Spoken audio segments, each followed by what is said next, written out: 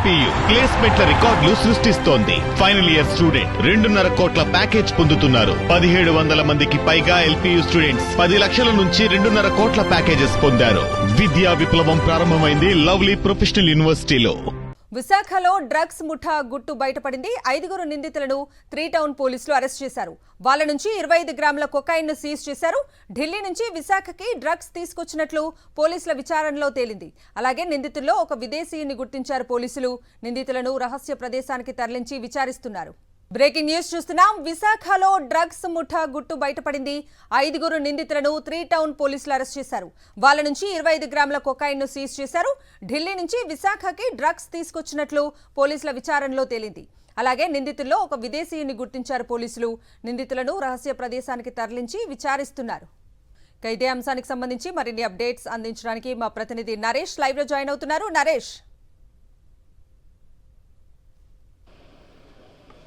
కవిత, విశాఖపట్నంలో ఈరోజు తెల్లవారుజామున 3 టౌన్ పోలీస్ స్టేషన్ పరిధిలో డ్రగ్స్ విక్రయిస్తున్న ఒక ముఠాను అదుపులోకి తీసుకున్నారు 3 టౌన్ పోలీసులు. మొత్తం 5 ముఠా సభ్యులు ఉన్నట్లుగా ప్రస్తుతం అయితే తెలుస్తుంది. పూర్తిగా కూడా ఈ 5లో ఒక విదేశీయుని సైతం గుర్తించారు.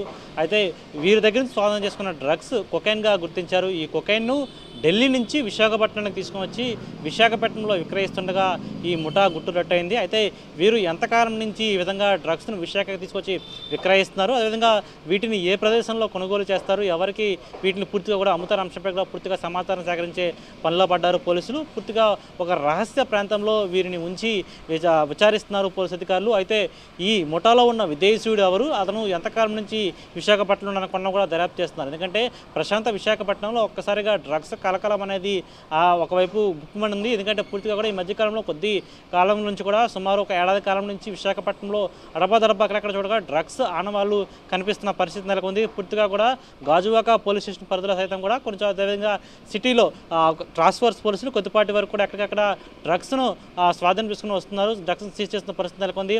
అసలు విశాఖపట్నంలో డ్రగ్స్ ఆనవాళ్ళు గతంలో ఎప్పుడు కూడా లేని పరిస్థితి నెలకొంది. పార్టీలు జరిగినప్పుడు కానీ కావచ్చు, లేకపోతే ఏ సందర్భంలో అయినా సరే ఎక్కడా కూడా డ్రగ్స్ ఆనవాళ్ళు కనిపించలేదు. కానీ గత ఏడాది పూర్తిగా పీరియడ్ చూసుకుంటే గత ఏడాది కాలంలో పూర్తిగా విశాఖపట్నంలో అక్కడక్కడ డ్రగ్స్ ఆనవాళ్ళు కనిపిస్తున్నాయి. ఈసారి ఏకంగా 25 గ్రాములు భారీ మొత్తంలో కూడా 25 గ్రాములు కొకైన్ను స్వాధీనం చేస్తున్నారు పోలీసులు. అయితే ఢిల్లీ నుంచి విశాఖపట్నానికి వీరు ఏ విధంగా ఈ డ్రగ్స్ను రవాణా చేశారు, అదేవిధంగా ఎంతకాలం నుంచి ఈ విధంగా డ్రగ్స్ రవాణా జరుగుతున్న కోణంలో కూడా దర్యాప్తు చేస్తున్నారు. రహస్య ప్రాంతంలో ఈ 5 నిందితులను కూడా పూర్తిగా విచారిస్తున్న పరిస్థితి నెలకొంది.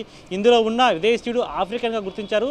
అయితే పూర్తిగా అతడు విశాఖపట్నంలో ఉంటున్నాడా లేకపోతే ఢిల్లీ ప్రాంతం నుంచి వచ్చి ఇక్కడ డ్రగ్స్ విక్రయం అనేది జరుగుతుందన్న కోణంలో కూడా పూర్తిగా కూడా దర్యాప్తు చేస్తున్న పరిస్థితి కనిపిస్తుంది. మహేశ్వరి.